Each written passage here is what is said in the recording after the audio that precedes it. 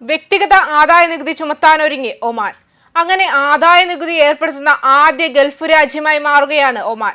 പക്ഷേ ഇത്തരത്തിൽ നികുതി ചുമത്തുമ്പോൾ പ്രവാസികളെയും സ്വദേശികളെയും പ്രതികൂലമായി ബാധിക്കുമെന്നും ചിലർ അഭിപ്രായപ്പെടുന്നുണ്ട്. 42,000 റിയാലിൽ കൂടുതൽ വാർഷിക വരുമാനമുള്ളവർക്ക് 5% നികുതിയായിരിക്കും ഏർപ്പെടുത്തുന്നത്. 2028 മുതലാണ് നിയമം പ്രാബല്യത്തിൽ വരുന്നത്. എണ്ണ വരുമാനത്തിലുള്ള ആശ്രയം കുറച്ചുകൊണ്ട് സർക്കാരിലേക്കുള്ള വരുമാന സ്രോതസ്സുകൾ വൈവിധ്യവൽക്കരിക്കുകയാണ് ഇതിലൂടെ ലക്ഷ്യം വെക്കുന്നത്. നികുതി ഏർപ്പെടുത്തുന്നത് സംബന്ധിച്ച് രാജകീയ ഉത്തരവ് ഒമാൻ ഭരണാധികാരി പുറപ്പെടുവിച്ചിട്ടുണ്ട്. മേഖലയിൽ വ്യക്തിഗത ആദായ നികുതി ഏർപ്പെടുത്തുന്നത് ആദ്യ GCC രാജ്യമായി ഇതോടെ ഒമാൻ മാറുകയും ചെയ്യും.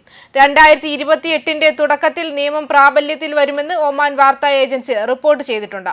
വിദ്യാഭ്യാസം, ആരോഗ്യ സംരക്ഷണം, അനന്തരാവകാശം, സക്കാത്ത്, സംഭാവനകൾ, പ്രാഥമിക ഭവനം, മറ്റു ഘടകങ്ങൾ തുടങ്ങിയ സാമൂഹിക പരിഗണനകൾ കണക്കിലെടുത്ത് കിഴിവുകളും ഇളവുകളും നിയമത്തിൽ ഉൾപ്പെടുത്തിയിട്ടുണ്ട്. നികുതി ഏർപ്പെടുത്തുന്നതിനുള്ള എല്ലാ തയ്യാറെടുപ്പുകളും ആവശ്യകതകളും പൂർത്തിയായതായി വ്യക്തിഗത ആദായ നികുതി പ്രോജക്ട് ഡയറക്ടർ കരീമ മുബാറക് അൽസാദി അറിയിച്ചിട്ടുണ്ട്. നികുതി ഏർപ്പെടുത്തുന്നതിന് മുൻപ് ഇളവുകൾ സംബന്ധിച്ചും മറ്റുമായി സമഗ്രമായ പഠനം നടത്തിയിരുന്നെന്നും ഒമാൻ ജനതയുടെ 99% പേരും നികുതി അടയ്ക്കുന്നതിൽ നിന്ന് മുക്തമാണെന്നും അതോറിറ്റി അധികൃതർ വ്യക്തമാക്കി. ബഹുഭൂരിപക്ഷം പൗരന്മാരെയും സംരക്ഷിക്കുന്നതിനാണ് ഇളവ് പരിധി നിശ്ചയിച്ചത്.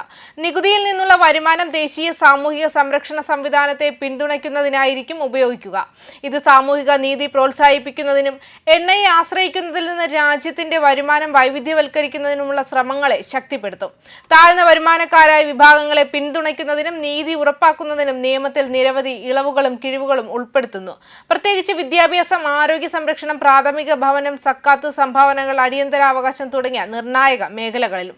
സാമ്പത്തിക സുസ്ഥിരത കൈവരിക്കുന്നതിനും സമ്പത്ത് കൂടുതൽ തുല്യമായി പുനർവിതരണം ചെയ്യുന്നതിനും ഒമാനി സമൂഹത്തിലെ എല്ലാ വിഭാഗങ്ങളിലും ഐക്യദാർഢ്യം വളർത്തുന്നതിനുമുള്ള ഒരു നിർണായക നടപടിയാണ് പുതിയ നികുതിയെന്ന് നികുതി അതോറിറ്റി വിശേഷിപ്പിക്കുന്നുണ്ട്. വിവിധ സർക്കാർ സ്ഥാപനങ്ങളിൽ നിന്നുള്ള വരുമാന ഡേറ്റയെ അടിസ്ഥാനമാക്കി സാമ്പത്തികവും സാമൂഹികവുമായ ആഘാതം വിലയിരുത്തി ആഴത്തിലുള്ള പഠനത്തിന് ശേഷമാണ് വ്യക്തിഗത ആദായ നികുതി നടപ്പിലാക്കുന്നതെന്നും അതോറിറ്റി വ്യക്തമാക്കിയിട്ടുണ്ട്. നികുതി നടപ്പിലാക്കുന്നതിന് ആവശ്യമായ എല്ലാ തയ്യാറെടുപ്പുകളും ആവശ്യകതകളും പൂർത്തിയാക്കിയതായി വ്യക്തിഗത ആദായ നികുതി പദ്ധതിയുടെ ഡയറക്ടർ കരീമ മുബാറക് അൽസാദി സ്ഥിരീകരിച്ചു.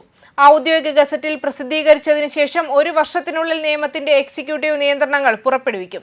നികുതി നടപ്പാക്കൽ ആവശ്യകതകൾക്ക് അനുസൃതമായി പ്രത്യേക പരിശീലന പരിപാടികളിലൂടെ നികുതി അതോറിറ്റി അതിന്റെ ജീവനക്കാരെ ശക്തിപ്പെടുത്തിയിട്ടുണ്ട്. കൂടാതെ സ്വാഭാവികവും നിയമപരവുമായ വ്യക്തികൾക്കുള്ള മാർഗനിർദ്ദേശ മാനുവലുകൾ മുൻകൂട്ടി നിശ്ചയിച്ച ഷെഡ്യൂൾ അനുസരിച്ച് പ്രസിദ്ധീകരിക്കണമെന്നും അവർ വ്യക്തമാക്കി.